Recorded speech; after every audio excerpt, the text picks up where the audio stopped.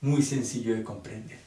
La parte derecha del corazón tarda más en vaciarse durante la inspiración debido a su sobrecarga fisiológica y tarda más en cerrar la válvula ventrículo-arterial, la válvula sigmoidea de la arteria pulmonar. La parte izquierda del corazón se desocupa más rápidamente y debido a la resistencia fuerte, el flujo trata de regresar apenas termina la sístole y la válvula choca primero. ¿Qué estoy diciendo? Que uno de estos dos que se genera primero, ¿cuál es? ¿El pulmonar o el aórtico? Si me hice entender, espero que así sea, estarán diciendo que el aórtico durante la inspiración se genera primero y el pulmonar se genera después. A esto se le denomina segundo ruido con componente A2 de aórtico en el segundo ruido y el componente pulmonar P2, componente pulmonar del segundo ruido. Ya comprendemos las causas y es una de las maneras de observar un desdoblamiento. Se desdobló.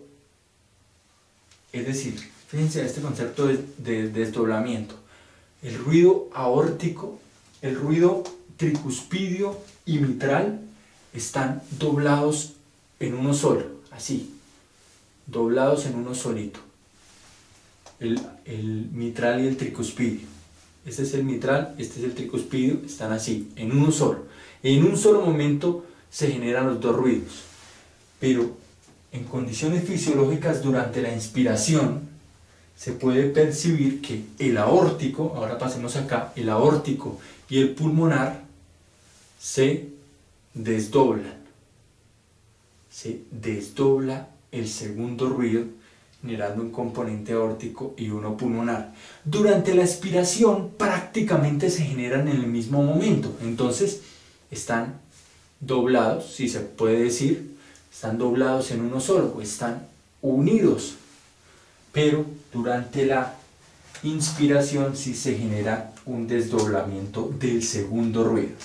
Así que podemos decir que el componente S1 es uno solo y el S2, dependiendo del momento de la respiración, si estamos en expiración sería en un solo momento el cierre de las válvulas, pero si estamos durante la inspiración se mantiene una diferencia del primer y el segundo ruido. ¿Cómo describen los libros estos sonidos o las características de estos sonidos? Pues se pueden encontrar con que cuando no hay desdoblamiento del segundo ruido, cuando se mantiene compacto, los sonidos se generan como algo así, tup tup, tup tup, tup tup, pero, es decir, tup tup, tup tup, tup tup, tup tup, pero cuando hay un desdoblamiento del segundo ruido, este dup que se generaba cambia como a una R, como drup, dup drup, dup drup, dup drup, dup drup. Cambia porque como que se choca uno con el otro. Va terminando el choque de la válvula aórtica y comienza el de la pulmonar. Entonces el tambor hace como tru, tru, no, tup. No es un golpe seco, sino como un golpe fracturado. Bien, entonces eso lo pueden revisar y como siempre, el mejor lugar para comprender las características de los ruidos pues es el paciente. Si el corazón es escuchando en vivo. Pero como para que se hagan una idea de las características del primer y segundo ruido. Ahora, estos tamborcitos, estos dos tamborcitos, el de las válvulas auriculoventriculares y ventrículo-arteriales, o dejemos sigmoideas para no confundirnos acá, válvulas sigmoideas. Estos tamborcitos son bien diferentes. El tamborcito de la válvula auriculoventricular es más o menos así.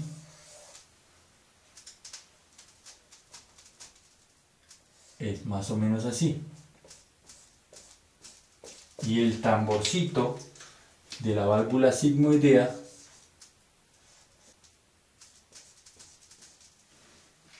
fíjense a esto. El tamborcito grande es grave, tiene un sonido grave, pum, pum, pum, pum, pum, pum, de la válvula auriculoventricular. El tamborcito de la válvula sigmoidea es muy agudo, es fino, ti, ti, ti, ti, ti. Son diferentes, tum, ti, tum, ti. Estas características, de hecho, son importantes al momento de poner el fonendoscopio en el paciente. El hecho de que esto suene grueso y este suene como más agudo, como con una frecuencia, de mayor frecuencia, una intensidad diferente. ¿Por qué?